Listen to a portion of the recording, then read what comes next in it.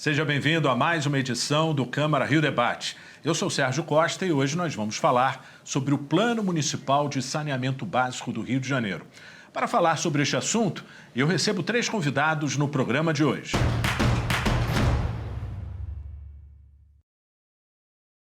Eu começo as apresentações com Wanderson Santos, presidente da Fundação Rio Águas. Seja bem-vindo, Wanderson. Muito obrigado. Agradeço a oportunidade de estar aqui no TV Câmara, nesse debate tão importante, nesse tema tão importante para o país e para a cidade. Como servidor público da Fundação Rio Águas, é um prazer.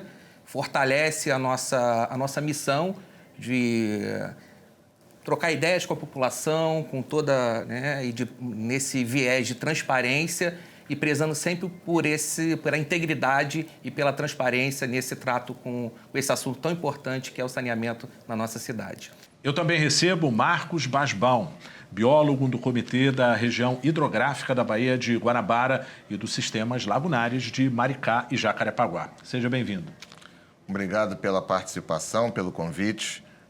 Acho que o Comitê de Bacias ele é uma entidade plural, né? Ele tem tanto usuários, né? São as empresas que abastecem, temos representantes da população, da sociedade civil, temos técnicos, né? Então, eu acho que o debate, né, que aconteceu dentro e acontece dentro do Comitê de Bacia também vai enriquecer muito a nossa conversa aqui. Perfeito. E para completar o time de convidados, a Viviane Japiaçu, professora de Engenharia Ambiental e do mestrado em Ciências do Meio Ambiente da Universidade Veiga de Almeida. Seja bem-vinda. Olá, muito obrigada. Agradeço a oportunidade de participar desse debate com os meus colegas aqui de profissão. É um tema que precisa, sim, chegar na comunidade, ser debatido. As pessoas precisam entender qual é o impacto, né, das decisões e do que é previsto e estudado no plano para a vida delas, a qualidade de vida, a saúde e tudo mais. E formar profissionais que tenham clareza do papel deles nisso é o que a gente faz e é fundamental também. O Plano Municipal de Saneamento Básico do Rio de Janeiro está sendo construído com a participação da sociedade. Consultas públicas ajudam os cariocas a opinarem sobre a universalização do acesso à água potável, à coleta e ao tratamento de esgoto na cidade. Este levantamento de ideias e sugestões vai permitir às autoridades aprimorarem a revisão do Plano Municipal de Saneamento Básico do Rio de Janeiro. O Plano Municipal e o Plano Metropolitano do Governo do Estado serão complementares. A ideia é que sirvam de referência para as concessionárias em atividade na cidade. No caso do município do Rio, é o titular dos serviços segundo o marco legal. Por isso, deve formular a própria política pública. A contribuição da sociedade é importante para ter um raio-x de um conjunto de estruturas básicas necessárias para garantir a eficiência do saneamento básico, item ligado diretamente à qualidade de vida e ao desenvolvimento das condições de vida da população. Bom, Wanderson, eu queria começar justamente explicando o plano, né, municipal. A gente sabe que existem impactos, como mesmo foi dito, né, e a gente imagina a importância. Qual seria a mensagem que você traria para o nosso público? Bem, a importância, né, do plano municipal, como colocado no nosso vídeo, ele é um instrumento de política pública, né? E a gente passa, né, nesse momento, por muitas transformações no setor, né, não só em nível nacional como estadual e no município também, né, a gente tem aí novas concessões, todo o processo de concessão da SEDAI. E esse instrumento, ele vem somar, a contribuir para que a gente possa ter uma melhoria na prestação desses serviços de abastecimento de água e esgotamento sanitário. Serviços esses tão essenciais para a cidade, né, trazendo, inclusive, metas, indicadores que precisam ser acompanhados, né, ao longo da vigência desses planos e a importância de que esse plano seja, de fato, difundido por toda a sociedade para que a gente possa acompanhar e cumprir, acompanhar o cumprimento de todas o que foi indicado em termos de indicadores e metas para que a gente tenha, de fato, aí, alcançar o nosso grande desafio, que é universalizar os serviços de água, de abastecimento de água e esgotamento sanitário até 2033. Né? Eu acho que é um desafio da cidade, é um desafio do país, para que a gente possa avançar com esses indicadores que são tão ruins ainda no nosso país. Marcos, qual que é a importância, ou seja, como que a população pode sentir a diferença a partir deste plano dentro da nossa realidade, né? De água potável, coleta e tratamento de esgoto? Veja bem, o plano, como o Wanderson colocou, ele vai... primeiro, ele vai fazer um diagnóstico da situação, né? Depois, ele vai, em cima desse diagnóstico, ver as principais carências para fazer propostas, né? Então, ele vai ajudar a direcionar o saneamento, né? Os investimentos de saneamento dentro da nossa cidade. Eu acho que talvez aí entre a grande contribuição do Comitê de Bacias, porque ele, na verdade, ele representa todo o escopo da sociedade, né? Você tem o usuário, a empresa que está atuando no local, você tem técnicos, né, dos diversos órgãos, como, por exemplo, da própria Rio Águas, e você tem representantes da sociedade civil, organizações não governamentais, que vivem naquele território, né? Então, do momento que você traz a discussão, como ocorreu, né, a discussão do plano para dentro do Comitê de Bacia, primeiro você vai enriquecer essa discussão, você vai aumentar a legitimidade e você vai amplificar o poder dele chegar a atingir a várias camadas da nossa sociedade. Viviane, qual que é a contribuição da sociedade nessas consultas públicas? Ou seja, como que ela ajuda dentro desse processo? É na consulta pública que a sociedade tem a oportunidade de observar o que está sendo construído ainda, que não foi efetivado, né? E trazer suas posições, colocar ali o que ele está sentindo falta. Então, se não está representada a área dele, o que está faltando, quais são as sugestões ou quais são os questionamentos mesmo, para que ali possa passar por uma revisão, uma complementação, né? E incluir elementos que eles sintam a necessidade. Mas, para isso, é preciso entender minimamente o que é o plano, né? Como que isso impacta a nossa vida. Então, eu entendo que um grande desafio para a gente conseguir uma maior adesão nessa participação, que mesmo na consulta pública, muitas vezes fica limitada mais aos especialistas ou a esses grupos que já participam recorrentemente e que, de fato, representam a sociedade. Mas cada cidadão poderia, de alguma forma, tomar parte disso um pouco. E aí, eu acho que, por mais que já tenhamos avançado, precisamos pensar em formatos mais dinâmicos para essa participação na consulta pública. Wanderson, a gente sabe que muitos municípios não têm acesso a um plano, né? Ou seja, qual que é a situação do Rio em relação ao restante do país? Nesse momento, a gente tinha um plano, né? Era um plano de 2011, um plano antigo, e a gente precisava fazer essa revisão, né? Em função de tudo o que aconteceu nesse período, e a própria lei determina que essa revisão seja num prazo de 10 anos. Obviamente que o plano é algo vivo, né, que a gente está sempre visitando e modificando. E a gente, agora, né, com toda essa mudança na prestação de serviço na cidade, né, e agora também recebendo os planos diretores das concessionárias que assumiram essa nova prestação de serviço na cidade, esse plano vai contribuir sobremaneira para que a gente possa ter aí, de fato, metas e indicadores consistentes na melhoria da prestação desse serviço tão importante para a cidade. Marcos, aproveitando a sua experiência aí de monitoramento aéreo, dentro de tudo que você já observou, a gente imagina que é um problema que acaba puxando o outro, né? Ou seja, a habitação com problema acaba puxando a falta de saneamento básico, ou seja, por que a gente ainda convive com esse direito tão básico sendo descumprido, na sua avaliação? Olha, eu acho que se a gente for começar, começa um pouco mais lá para trás com a necessidade da população sair da onde ela está, geralmente ir para os grandes centros, né? Quando chega no grande centro, chega, enfim, na maioria das vezes, carente, necessitando de um emprego, vai para um local com poucas condições de recebê-lo com um mínimo de dignidade, né? Então você vê, infelizmente, aí as proliferações aí de favelas, né? Com péssimas condições de abastecimento de água e principalmente de saneamento, né? E aí você vai tirando um mínimo de dignidade da pessoa que já teve que se deslocar do seu território, buscando aí uma situação melhor da vida, e quando ele chega num grande centro, infelizmente o que ele vê é uma situação talvez até pior do que ele enfrentava antes. Viviane, eu te convido então para analisar a nossa primeira tela, que tem relação com acesso à água tratada no Brasil em 2020. São 35 milhões que não têm acesso à água tratada. O acesso à água por região, nós temos aí a região norte com 58,9%, nordeste com 74,9%, sudeste com 91,3%, a região sul com 91%, centro-oeste com 90,9%.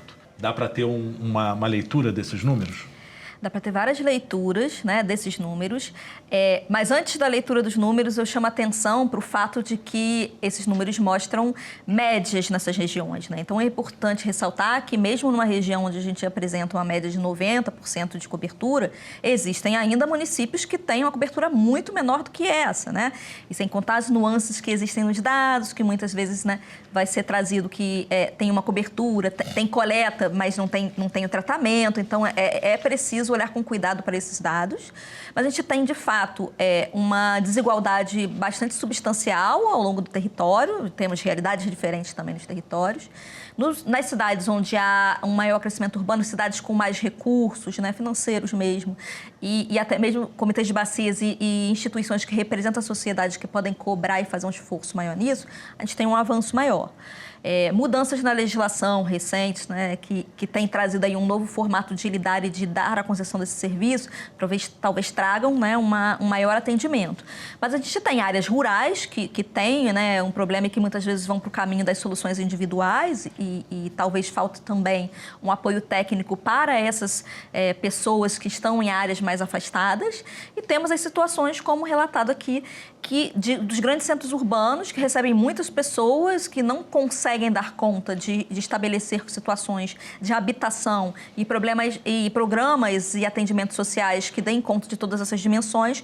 O saneamento está entrelaçado no meio de tantos outros problemas de atendimento a serviços básicos da população. Perfeito. Marcos, vamos para mais uma tela. A tela 2 fala sobre o acesso da coleta de esgoto no país. 100 milhões não têm acesso à coleta de esgoto. A análise por regiões mostra que no norte com 13,1%, nordeste 30,3%, sudeste com 80,5%, sul com 47,4% e centro-oeste com 59,47%. Mais uma vez aí a região norte sendo penalizada, né, com pouca coleta de esgoto, né?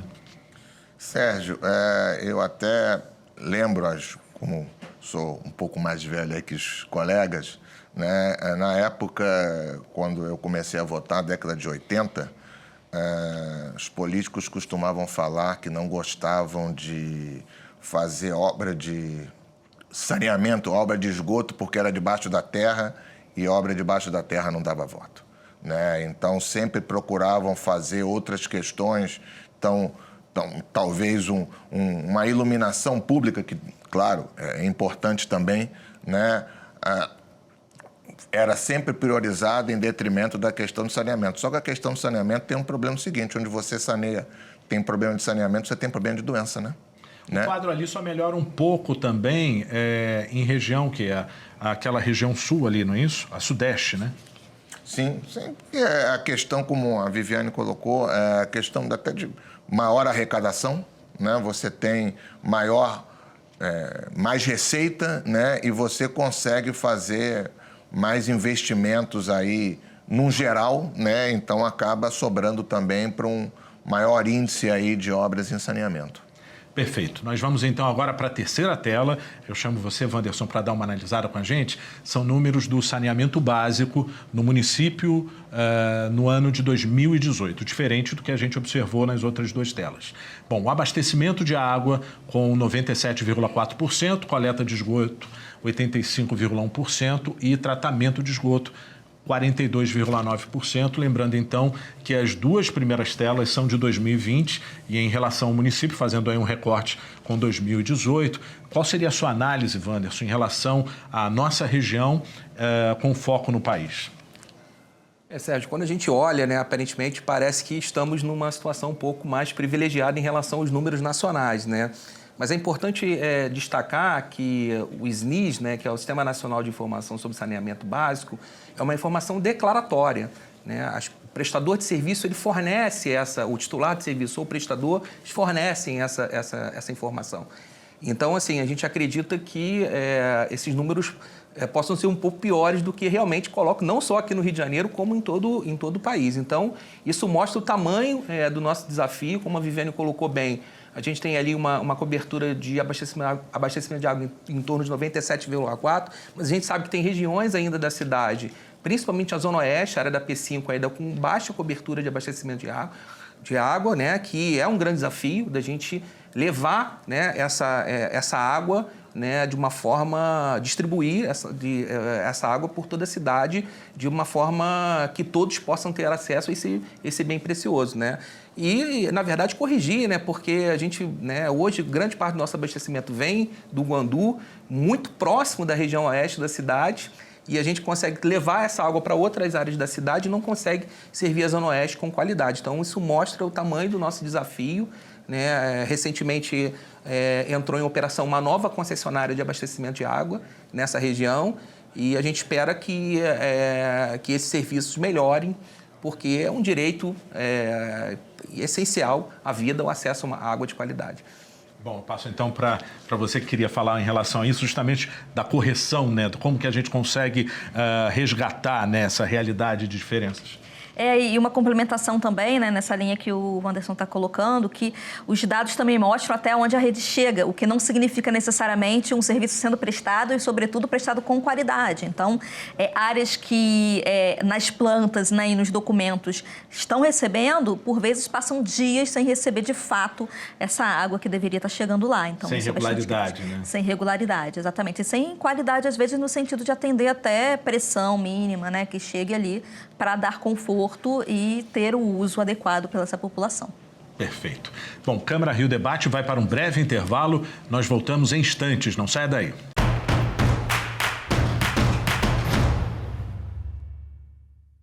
O Câmara Rio Debate está de volta hoje falando sobre o Plano Municipal de Saneamento Básico do Rio de Janeiro. Vamos ouvir a população sobre o tema.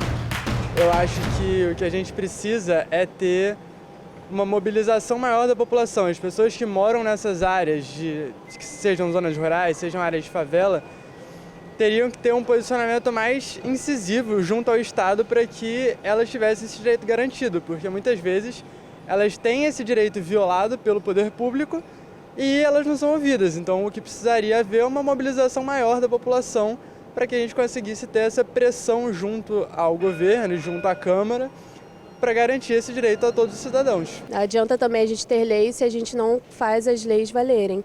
Então, acho que muitas vezes o que falta é isso, a gente colocar em prática e também ouvir as pessoas que moram nas comunidades, né? Porque eu acredito também que existem muitos projetos, pessoas que podem contribuir para a melhoria, mas que não são ouvidas.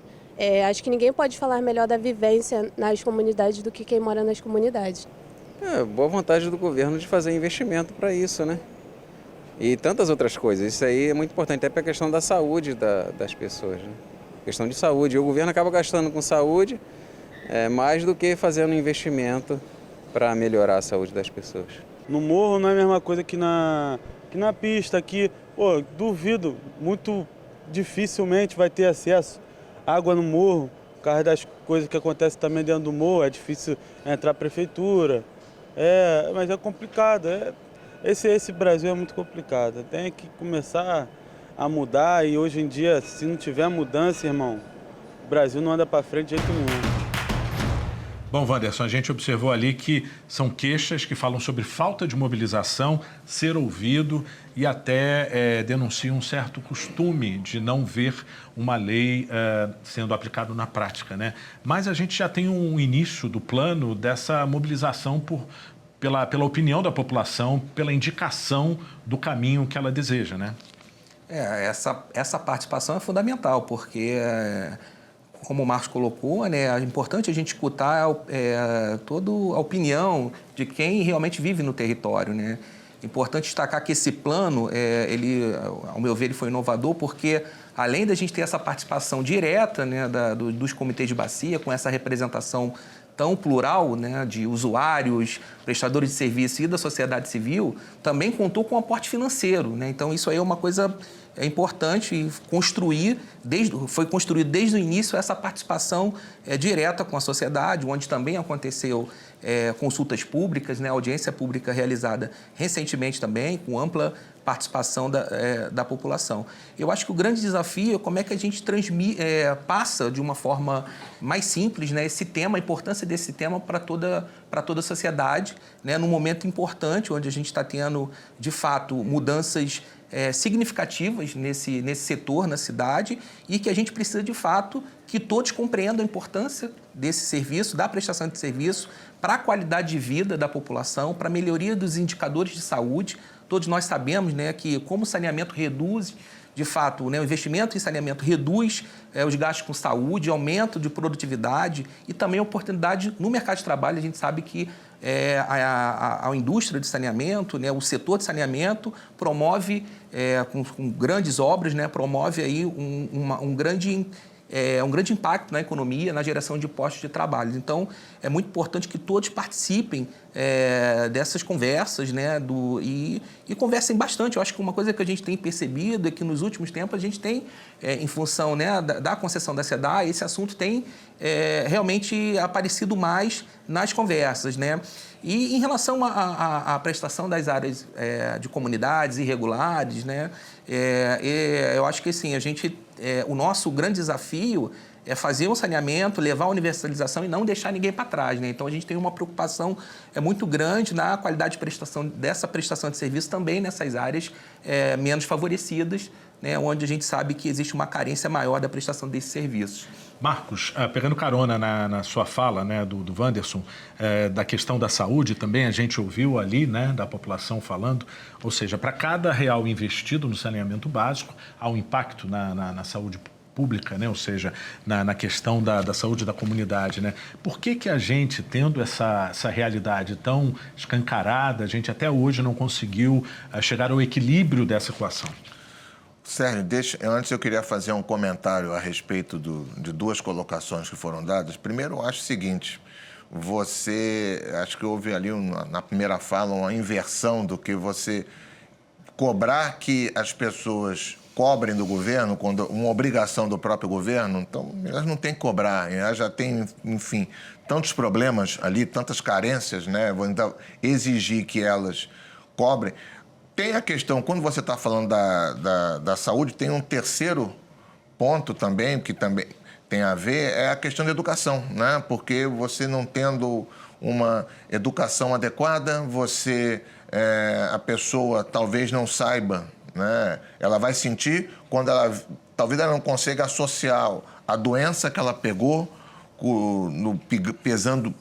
pisando no esgoto, né, com o problema da falta de saneamento, com a carência. Então, começa com uma educação deficiente, da educação deficiente,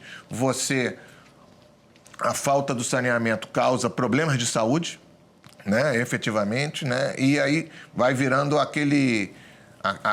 o cachorro correndo atrás do rabo, né? Então, você tem que começar em algum lugar. Então, talvez nesse momento onde você tem, pelo menos no Rio de Janeiro, a iniciativa privada que a gente espera, né, passe a ser um diferencial nessa questão da universalização da questão de água e saneamento, talvez aí você começa induzindo ali o saneamento e aí você vai melhorando as condições da população em termos de saúde, vai mostrando para ela de forma educativa a importância do saneamento. Viviane, você com a sua visão acadêmica, né, a responsabilidade de formar profissionais que vão ter esse desafio nas próximas décadas, fico imaginando por onde passa essa discussão, onde vocês, o que fomenta esse sonho de mudar essa realidade? Nossa, coisa beça. Acho que começa por trazer também para a formação dos profissionais visões que não se limitem às soluções tradicionais, que obviamente muitas vezes são necessárias, mas que precisam também ser complementadas. Então eu trago aqui, por exemplo, a necessidade da gente pensar em possibilidades com soluções baseadas na natureza, com soluções que às vezes, principalmente para os locais que é mais difícil levar, né, essas soluções tradicionais com a rede, a gente pensar em soluções assim. Por outro lado, né, conectando com a fala aqui, né, sobre educação, passa pela educação básica mesmo, e aí, principalmente como a gente está no momento da iniciativa privada entrar nessas concessões, acho que pensar em como que a iniciativa privada pode trabalhar em parceria com também o sistema de educação, né, com todas essas pastas do governo que tem uma interação com a questão do saneamento e ambiental, para desenvolver propostas e recursos que possam levar isso para dentro da sala de aula de forma mais efetiva. E, por fim, divulgação científica, que é produzir materiais e recursos que possam levar para a população com uma linguagem mais fácil e simples essa temática. Wanderson, a gente olhando o tema, né, para a população, às vezes fica um pouco distante, um tema um pouco árido, embora faça parte do dia a dia.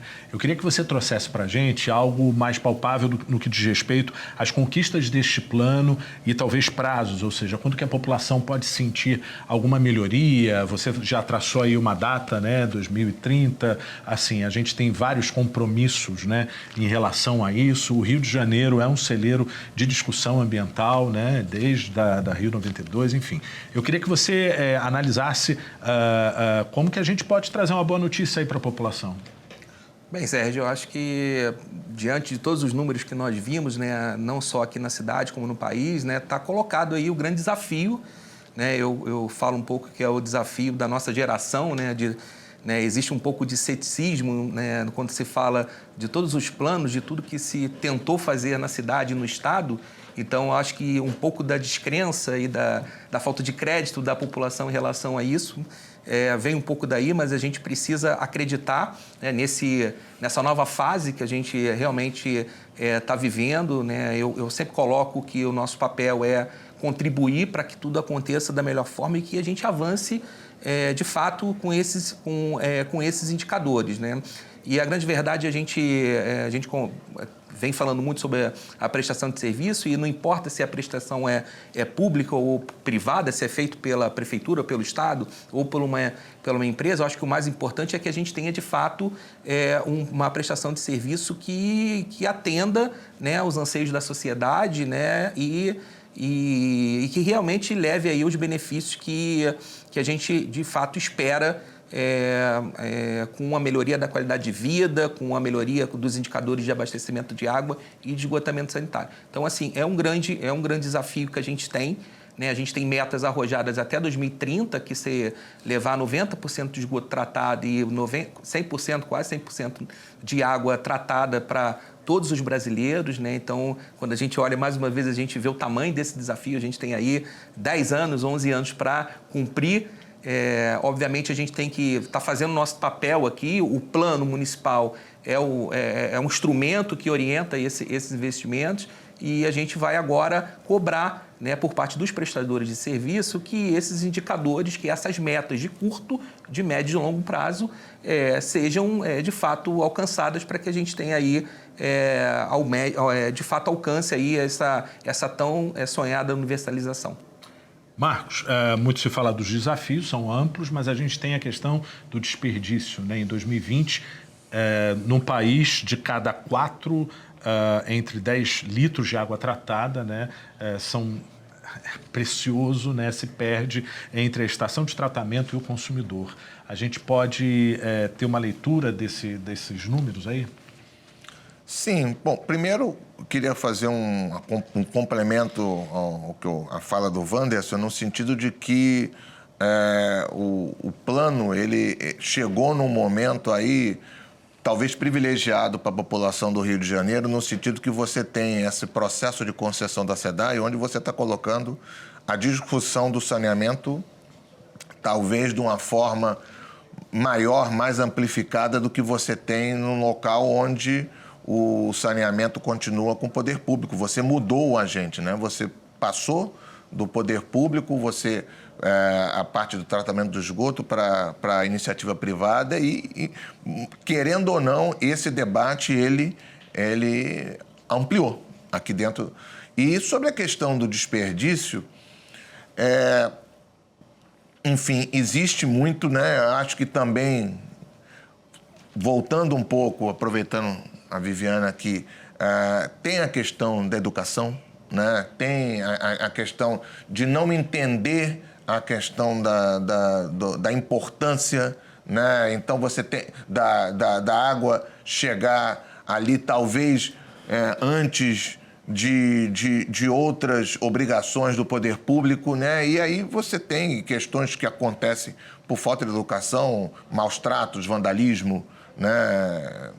Causados, né, no meu entender, por uma deficiência na educação, mas, enfim, o que eu entendo agora, pelo menos no Rio de Janeiro, é que essa questão, né, ela vai ser puxada nas comunidades, até por questão de obrigação, as obrigações que o Wanderson falou, das novas empresas, a questão vai chegar, o saneamento talvez ele chegue nas comunidades, em quem precisa, talvez até antes do que a saúde e a educação, né? Porque os governos, mal ou bem, né, deveriam fazer isso para ontem, mas eles não têm uma data num contrato dizendo que você tem que chegar ali até 99% em 2033. Né? Então, eu acho que o saneamento no Rio de Janeiro, nesse caso, e aí o plano tem a vantagem de você poder oferecer para essas novas empresas um norte, um caminho a ser seguido. Olha, eu já fiz o diagnóstico, você tem essa carência nesse local. Então, vai ser um subsídio muito importante para ajudar a atuação das empresas. Então, Viviane, a gente pensa aí na segurança hídrica, na preservação do meio ambiente. Resta a esperança de que seja uma ferramenta estratégica para a gestão das prefeituras, né? Sem dúvidas, né? Se a gente pensa na Agenda Global para a Sustentabilidade, Agenda 2030, tem lá os 17 ODS, são objetivos globais para chegar lá. E os temas são interconectados. Então, não dá para falar em saneamento, né, em água e saneamento, sem pensar no quanto isso impacta o meio ambiente, a qualidade da água, a biota que vive daquilo tudo, né? E como que a gente está lançando os nossos esgotos no lugar onde a gente vai coletar água para poder beber. Então, esse pensamento cíclico também tem que ser trabalhado na dimensão da educação, né, e da cidadania.